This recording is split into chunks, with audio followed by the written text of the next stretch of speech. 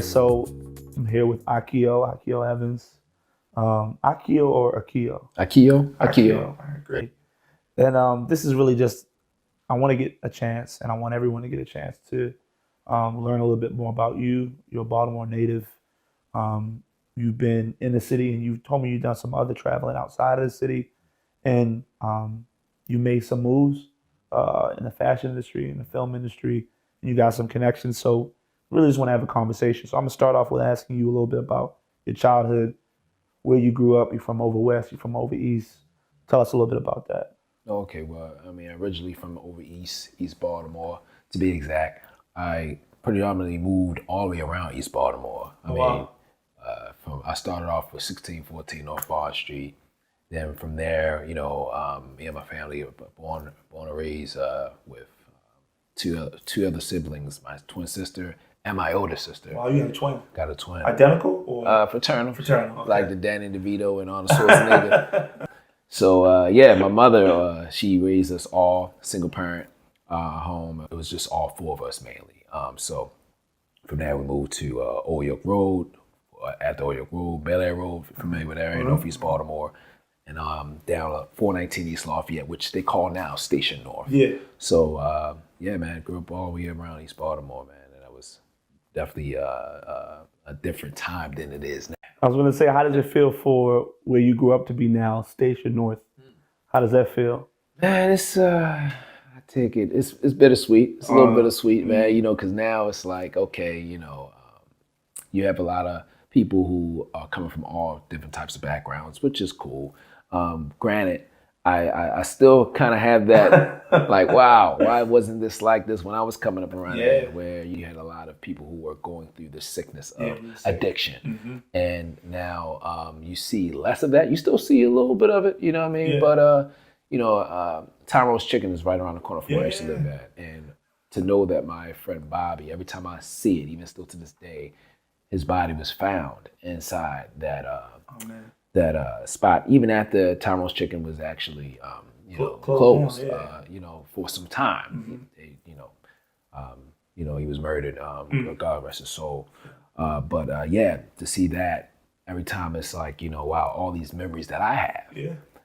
And I always revisit them every time I go in that area. So this is wild. Where did you go to middle school, high school? Middle school, I went to, first of all, I went to elementary at Dr. Bernard Harris. That's right around the corner from Bond Street. And I also, from there, I went to Lombard Middle School. And like, I've gotten evicted a lot when I was younger. So, that caused me and my mother and my siblings to actually, like I said, go each and every spot in Baltimore. So, man, I went to Lombard Middle, and then from Lombard Middle, we went to, me and my twin sister, we went to Winston Middle. Okay. And then the last middle school we went to was Northeast Middle. And we kind of graduated from there. And then was Northern High School. I could have went to the Baltimore City School of Arts, but the monologue that I had to study to go to that school, it wasn't the monologue that they gave you by default. And, I guess the duration of it is supposed to last from, I don't know, more than 30 seconds. The monologue I had ended in 12 to 10. And it was Raisin in the Sun. Yeah. And they was impressed, but they was like, hey, you know what, you can still shadow. And I was a teenager at the time, and I started to look at other kids that were different from me. And I'm like, wow, man, they're like, some was doing splits. Yeah. Some was taking that leg, doing like that. I'm like, I'm not. But I'm like, wow, and my mom was like, did you like it? I was like, yeah, I liked it, but the thing of it is, I didn't feel like I belonged, so, because when I leave the Baltimore School of the Arts, I'm coming straight to my community that didn't have anybody that represented that at all. And I had an opportunity to go audition again. Oh, wow. And I just didn't do it because I was like, what, I'm just going to go to my older sister's school, which was Northern. And, I should have went to Baltimore School of the Arts because my sister was only there for 1 year and she graduated, my older sister. So I was there alone. Yeah. And I felt isolated, but I found my way. I was going to say, did you find a group of friends, one friend, somebody that kind of helped you create your own place, create your own home? I definitely did. I found my best friend, Jasmine Johnson, who I found later in life was my cousin, That's Baltimore for you. Yeah, man, it's just so small, man. And he was one of my best friends that I remember the first day of school. We was in the library trying to figure out which class we was going to, and it just so happened that him and I were in each and every class, and we established a great friendship that everybody who actually was around us said, y'all been here before, y'all like kindred spirits. Yeah. And that had followed from when he had left to go to Phoenix, Arizona for school, and I kind of stayed back. So that whole story in itself was amazing because, he did come back to visit me. And, as a result of that, I was going through some legal situations that I had to overcome. But even when I was in high school, Jazz, he would come to school in fly gear and like jerseys and baseball jerseys and stuff of that nature. And one time he came to school with these jeans that had the baseball logos. I remember those on it. All right? the teams. But the thing of it is, it wasn't out then. I said, well, where you get that from? He said, guy BJ, he made him. BJ, he played for Northern on a football team. Okay. So I was like, I said, I gotta get in contact with him because I have some NBA sheets that I would like for him to actually do. Yeah. He's like, NBA? He's like, nah, that'll be dope. I said, okay, cool. So I got in touch with BJ. BJ, he, used I gave him maybe two sheets. And how many teams is on the NBA that you can think about? 40? 40-something teams, yeah. Man, I gave him my sheets, man. He came back with like 5 or 8 teams. And I'm like, bro, like I gave you the sheets, you're supposed to deck me out. And when he got him back, people was like, oh man, they hard, Yeah. But I was not pleased. Yeah. And that's what actually started me designing my own clothes. So when I seen that he didn't make it the way I seen it in my mind, I asked Jazz, I said, how you made these? He said, all he did was use a glue gun and some puffy paint. Yep. I said, for real? I said, all right, bet. So it was one of those, weekend projects that I was in the lab masterminding how to create it. And, I cut up, at this time, I ran out of the sheets, so I just had the comforters. Okay. And my mother, she was upset because she spent mad money on these sheets. So she's like, cutting them up, right? But I had a comforter and I had the pillowcases left.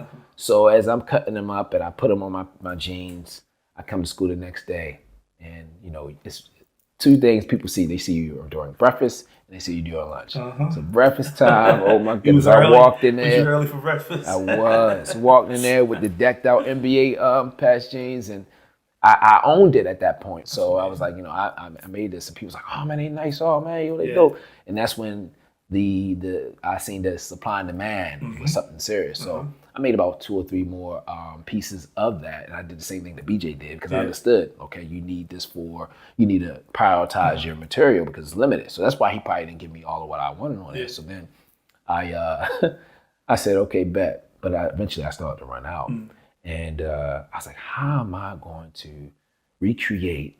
It was no more sheets to actually for me to make and render the product. So I don't know what had struck in my mind, but I said, if I go to the dollar store and buy, at the time they were selling like t-shirts, they would just be $1. If I buy like a couple of those, and I was crazy enough to think that if I cut up the t-shirts and I take the hot glue gun that I was using to put it on the jeans, if I hot glue gun each and every corner, that this picture comes out.